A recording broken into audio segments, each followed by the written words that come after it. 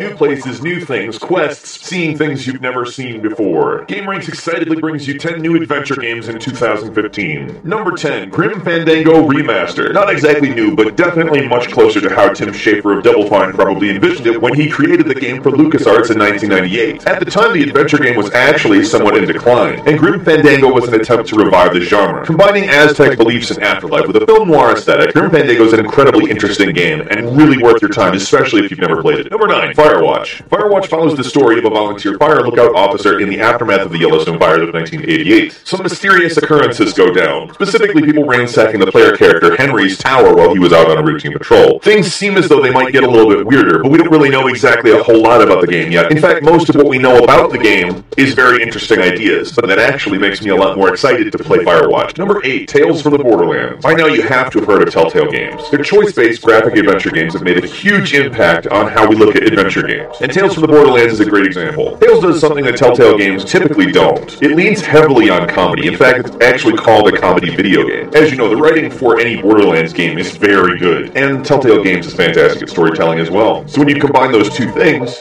you have a formula for an episodic game that's going to last quite a while. Speaking of Telltale Games, their rendition of Game of Thrones is at number 7. Featuring some characters from the popular mainline story, Telltale's Game of Thrones follows Roderick Forrester, a young squire who's not really sure what's ahead of him. The Forresters support Robb Stark, who has declared himself the King of the North, and House Forrester obviously gets involved supporting them in the ensuing war. Decidedly a little bit less funny than Tales from the Borderlands. In a clever way, Telltale emulates the books and series in setting you up for emotional, world-changing events. Number 6, Armacrog. If you remember the Neverhood, then you know exactly what Armacrog is, as it is the spiritual successor to the Neverhood and developed by the same gentleman. It returns to the point-and-click style of the Neverhood, which Skull Monkeys, if you remember, departed from it for a more platform-like experience. If you're a fan of point-and-click adventure games, this is a big deal, and it definitely makes sense that it was kickstarted for $900,000. This game is on a lot of people's radars, and for a very good reason. Coming in at number 5, King's Quest. If you're old enough to remember the golden age of adventure games, you absolutely remember King's Quest. This series released nothing but classic games from 1984 to 1998.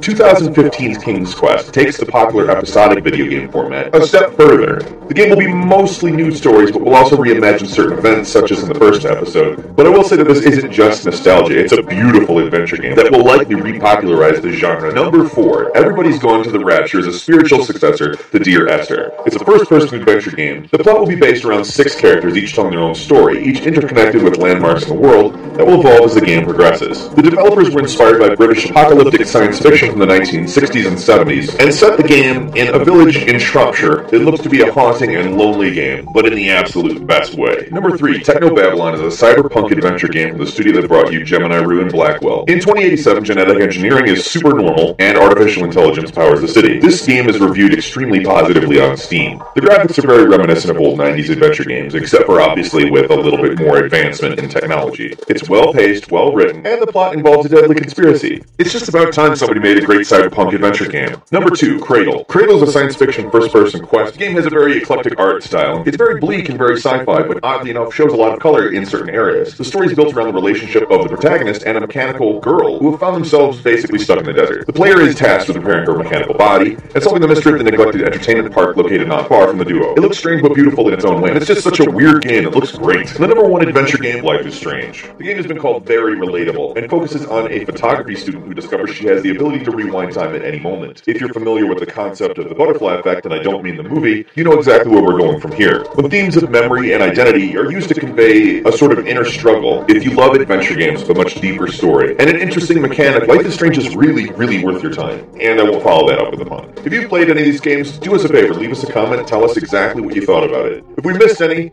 of course, share them with us as well. The goal is really just to celebrate a great genre. While you're at it, click the like button as well as subscribe to GameRanks. Come back here daily for new videos. We thank you very much for watching this one. We will see you next time.